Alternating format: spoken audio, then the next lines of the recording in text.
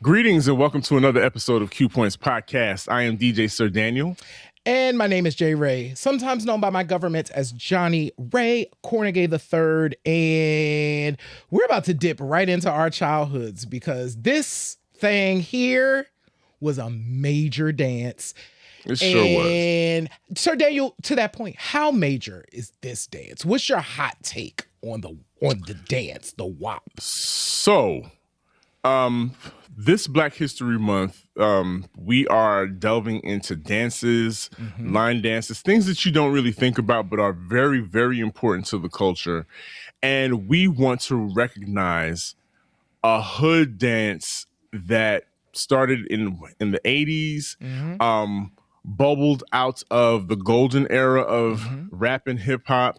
And I say, in my opinion, is the quintessential hip hop dance move that never gets old. You can still do it to this day. It's still relevant. It still looks cool. And I might sound like an old man saying this, but the WOP is the best hip hop dance ever. Yes, I said it. It's the best hip hop dance ever. And I believe it is so because there's a simplicity to it, but I think it just looks cool. It does. I think it looks cool. I think it's easy to pick up on. It could be done at various speeds, and you don't have to. It doesn't require a whole lot of aerobic. No, it doesn't require like a whole lot of aerobic, movement and power for your body, but still it's effective. I don't know. I think it just looks cool, and it's just so dope for me to see. I loved seeing it in music videos. And what did you think of the WOP? Oh my God, I love the WOP. And I agree with you. I think from a hip hop culture perspective, there's not a more defining dance for the culture. Like when you think of hip hop dances, yeah, there are a ton of them. You could talk about the Running Man, you could talk about the Pee Wee Herman, you could talk about the Cabbage Patch. Yes. But the WOP was squarely hip hop. And there are a couple of things, and I'm curious to know what you think about this, Sir Daniel, but I do think that the WOP represents a couple of things. One, to your point, it is a dance that allows, that also gave hip hop a tempo for a period of time, right? So the songs that were created in particular around the time that the WOP was popular kind of had a specific flow so that people could WOP to it. So that's one thing. Yes. But I think the other thing that makes the WOP unique is, like Black culture, we love nuance, right? So we have a lot of ways to do a thing or say a thing, right? So that we're conveying a message to someone. And the WOP, what I love about it is it can be done to represent many different things. So there's like aggressive WOPing, there is sensual WOPing, there is party time WOPing, there is fun and games WOPing, and all of these are the same dance, using hands in a certain way, using your head in a certain way. It's like Black culture on steroids. It's like, oh, they are battling right now. Oh, they having a party time. Oh, they really into each other, but they're WOPing. It's just it's all a different variation. It's all things all at the same time. And that's the beauty of it. And I want to throw in there also that the WOP gave men permission to dance. Like, I don't think, even then, I don't think those early days of hip hop was male aggressive. It did have some, machismo to it. But I think dances like the WOP, your hood dude, your block hugger, he could do the wop, but he can have a serious Yeah.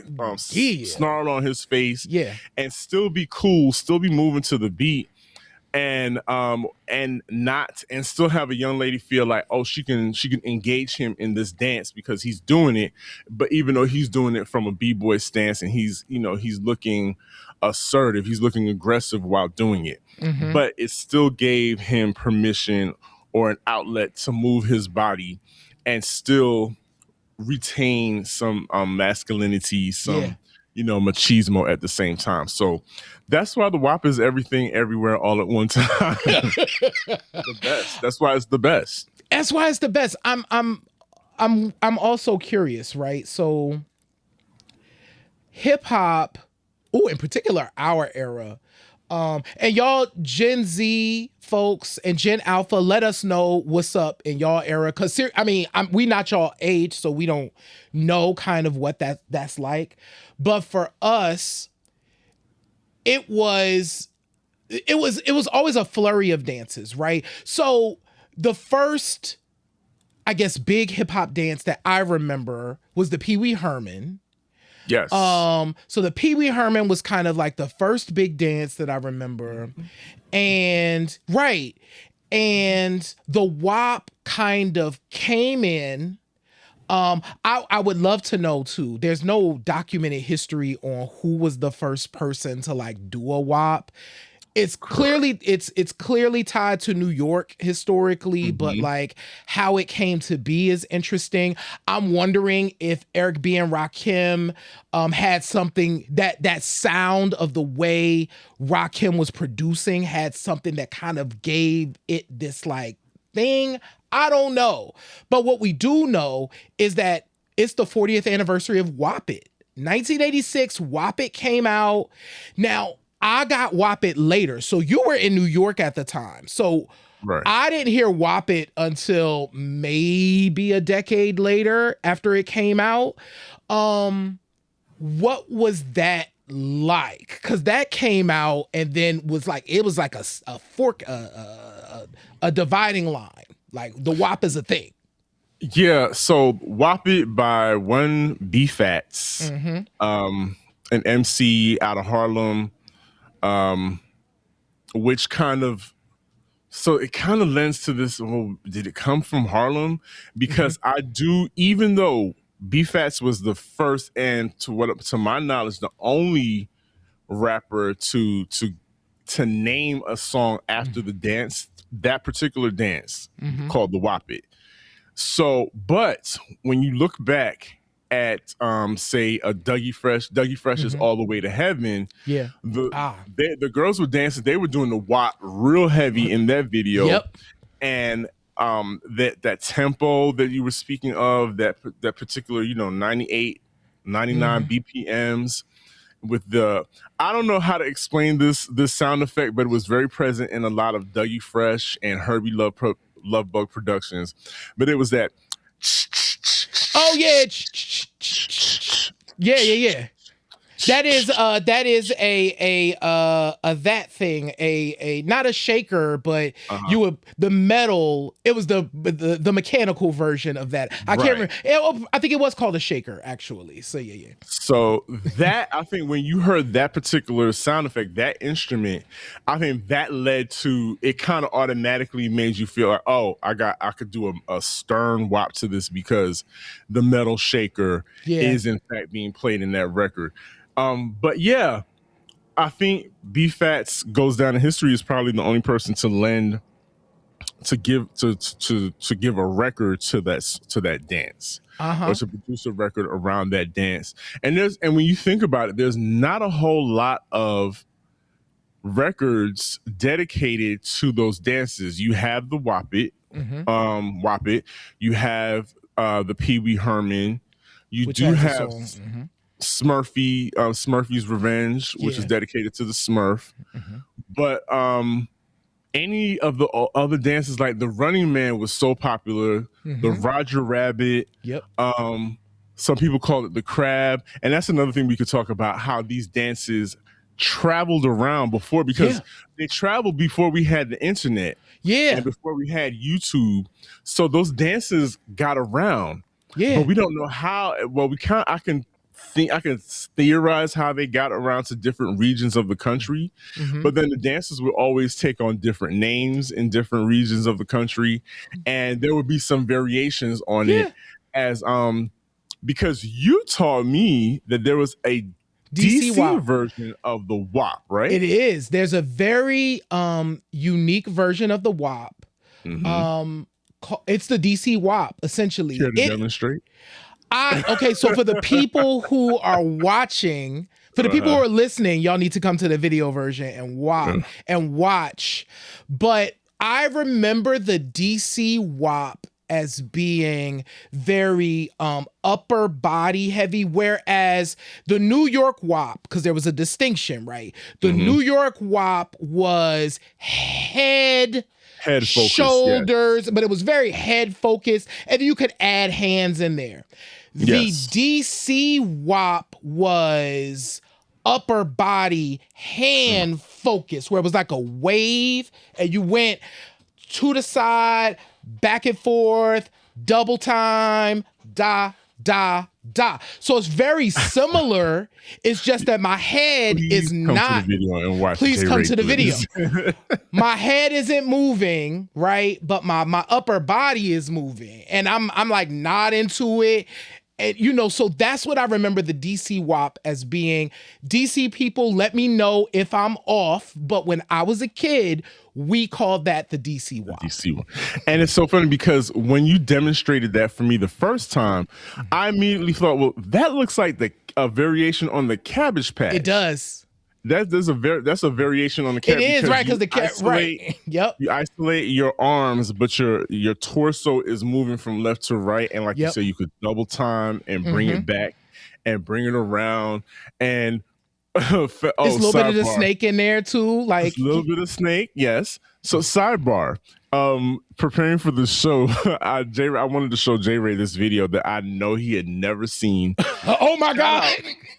Shout out to R&B legends from, where were they from? San Bernardino? Yeah, somewhere in Cali. Somewhere in Cali. All-female R&B group called New Choice. And their debut single called Cold Stupid, which the name alone lets you know that it's particular so era. 1986. Yes. So 1986. But when I tell you, I get my life every time I watch that video, because they did every single hip hop dance at what appeared to be a frat party, and which featured actual fraternity and sorority members in the music video. All of them represented. The whole NPHC was part of this video. And when New Choice was doing the Cabbage Patch, they were doing the Wop, they were doing the snake. Everything you can imagine was in that video. Young people listening, if you want to see, and maybe we should put this in our we will in the description. Okay. In the description, if you want to get a picture of what those old school dances really looked like, because I know we get nostalgic and you hear people say do an old school dance, and most of the time they do stuff that they've seen Bobby Brown doing, which is phenomenal. However, y'all got to see y'all have to see how it really went down in 86 before it got really polished and commercialized, because then choreographers got a hold of it. Like your Paula Abdul's, you mentioned the snake. The snake. Paula Abdul brought the snake and other variations of hip hop dances to Janet Jackson and to whoever she was choreographing for, and those were mainstream artists. And so there was one other point I wanted to make. Oh yes, another video y'all should look at is the original version of MC Hammer's "Let's Get It Started." It's not the glossy, not the glossy version where he's on stage. No, this one they did at an underground club. You could tell somebody's handheld VHS recorder recorded it. They were wearing all troop sweatsuits, and it was the hardest dancing you could ever imagine. MC Hammer 357 backing him up. I think you need to watch that just to get a taste of the essence of what it was like. And that's Oakland. That's Yeah. way on the West Coast. Yeah. So again, when we were talking about how these dances travel from state to state and region to region, I'm thinking it was due to the tours, and the hip hop the hip hop artists doing their the routines on stage, and like you said, each state would do their own variation and put their own flavor on it. Yeah. Yes, I agree. I also, this is going to be a provocative point too, but I think this could be part of it as well. Black people in particular have stuff in our DNA that we just be doing, right? And it's crazy when you listen to certain songs, how it just makes you want to kind of do a particular movement. You don't know that movement is something that somebody is doing somewhere else, but Eric B for President is the song that keeps running through my head because I heavily associate that song with the WAP just because of the way it flows, all of that. And I can imagine that someone in New York, in Philly, in DC, in Los Angeles, in Detroit would hear that song and be like, boom, boom, boom, boom, boom. You know what I'm saying? Like they would just start doing something. Automatically, yes. Automatically, because the rhythm and the way that song kind of sits in your body makes you do a certain movement. So I do think it's the tours. I do think it's that. I also think it might be some DNA in Black folks. And two, the other thing is music videos were happening at the time. Lower budget, because I went and I found the Woppit video. Only for this. I had only heard the song. I had never even sought out to do the video. So I'm like, oh, well, let me see if there was a video. There is something on YouTube where somebody took a camera to their TV. Yes, and that was the only way, and recorded it off of a VHS. Exactly. So I finally saw the Woppit video. Oh my God. When you watched it, can we talk about right? the fun? Like, and I was too young to experience it in that way, right? Like if I was, because in 86, I'm 9. You know what I'm saying? I am doing these dances at kiddie parties. You know what I'm saying? It's fun, but it's kid fun. Yes. I would have loved to be at the teen club. So by the time I start going to the teen club, the WAP is already done. So this is 91. I'm at the teen clubs. We're running man-in and cabbage patching and doing all of this other stuff that I wasn't doing the WAP for real. So it looked so fun. Just looking at the fashions, the girls in the hair, the asymmetricals, and the dudes with their troop on and their hats. And I'm like, oh, what a time.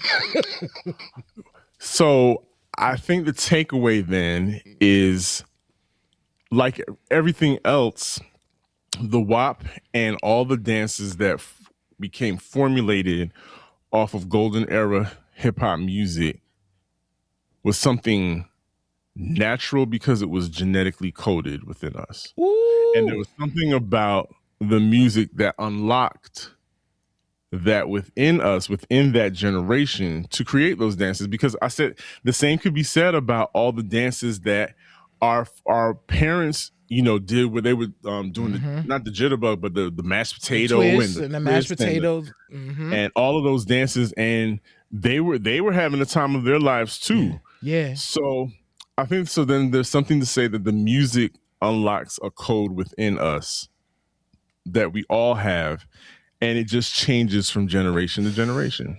Man, and ooh, I love that you talked about this, that code, because I do think that's the part about where the music is today. That's the scary part, right? Because if the musicians don't tap into that code, producers be knowing, right? Be like, if I drop this hi-hat just like this, they're not going to be able to resist it. Or if this bass does just this thing at this time, it is going to do something, right? If we lose those recipes, I think, that's the scary part. We lose that access to the code that brings us the joy to the thing, right? So I've been telling my brother this forever. I've been fiending. I've never said this to you. Over the last 3 or 4 years, I've been fiending for a party that is a time traveling kind of party. Because shuffled up, so Heat Wave by Martha and the Vandellas shuffled up one day. And I was like, this thing goes so hard, right? Or Edwin Starr's, 25 miles, right? And I'm like, this song goes so hard, I want to dance to it with other people and have that experience. But I also want to hear songs from the golden era. You know what I'm saying? I also want to hear house. I also want to hear all these things. These code unlocking songs. I want to hear them and I want to dance to them. I will say this. You can find parties like that. I think what you will have to do is it'll typically be like a vinyl experience party, because most vinyl parties are open format, and you definitely go on different journeys when it comes to vinyl selectors. And that's why it's so important that spaces are made for vinyl selectors and parties are curated for those experiences, because J-Ray, you're not the only one. I'm willing to bet dollars to donuts that somebody's watching or listening to this would be right up there in that party with you. And so it's doing the twist and the wop up to us. Yeah, it's up to us to when we hear James Brown going, baby, hey, exactly what to do, and let that code be unlocked in us. All day. Y'all, thank you so much for tuning in as we talk about the WOP.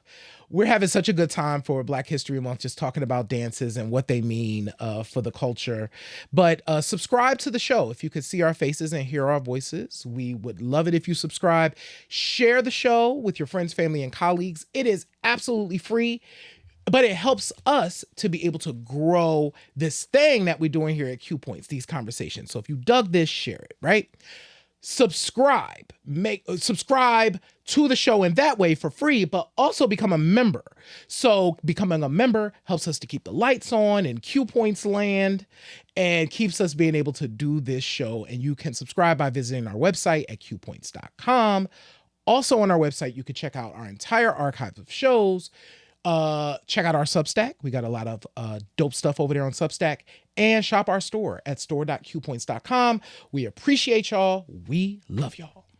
We absolutely do. And what do I say after every show? In this life, you have a choice. You can either pick up the needle or you can let the record play. I am DJ Sir Daniel. And my name is J Ray, y'all.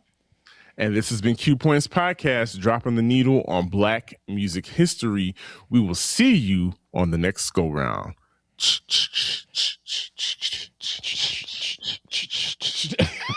Peace, y'all.